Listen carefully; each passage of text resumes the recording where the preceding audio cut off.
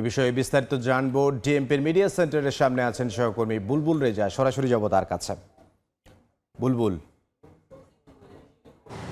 গতকাল পুলিশ সদর দফতর থেকে পুলিশের যে রেঞ্জ রয়েছে ইউনিট এবং জেলা পুলিশ এবং মহানগর পুলিশের বিভিন্ন ইউনিটে বিশেষ বার্তা পাঠানো হয়েছে এবং সেই বার্তায় যেটি বলা হয়েছে যে পুলিশের যে যানবাহন রয়েছে, বিশেষ করে পুলিশের গাড়ি, পিকআপ, বাস সহ অন্যান্য যে যানবাহনগুলো রয়েছে সেই যানবাহনে লক্ষ্যবস্তু হতে পারে, অর্থাৎ যে কোনো সময় হামলার আশঙ্কা রয়েছে এই মর্মে বিশেষ বার্তা পাঠানো হয়েছে এবং বেশ কিছু নির্দেশনা দেওয়া হয়েছে। এই নির্দেশনার মধ্যে রয়েছে পুলিশের যানবাহন যেখানে রাখা হয়, অর্থাৎ বিভিন্ন জেলায় বা উপজেলা বা এই যে মহানগরে যেসব জায়গায় পুলিশের যানবাহন পার্ক করে রাখা হয় সেখানে পার্কিংরত অবস্থায় বিশেষ নজরদারির কথা বলা হয়েছে।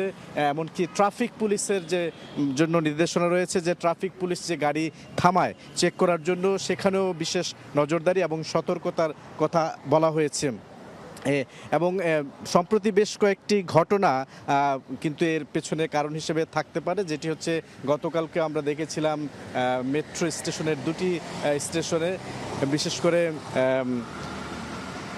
মিরপুর 10 নম্বর এবং ফার্মগেটে দুটি স্টেশনে বোমা সদৃশ্য বস্তু ধারণা করা হয়েছিল। পরবর্তীতে সিটিটিসির বোম ডিসপোজাল ইউনিট সেখানে গিয়েছিল এবং যদিও সেখানে আসলে জর্দার কৌটা, পান সুপারি ছাড়া আর কিছুই পাওয়া যায়নি। এর আগে আমরা সাভারে দেখেছিলাম যে প্রেসার কুকার বোমা পাওয়া গিয়েছিল, তার আগে মতিঝিলের একটি মেট্রো স্টেশনে কিন্তু আইইডি পাওয়া গেছিল।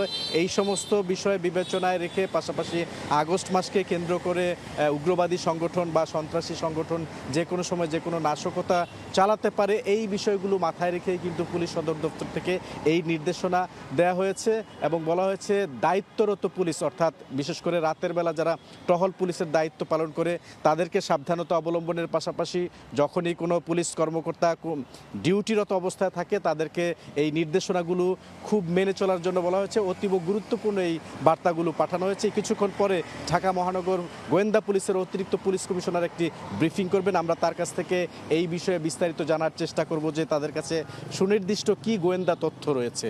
তো এই ছিল আমার কাছে এখন পর্যন্ত সবশেষ তথ্য।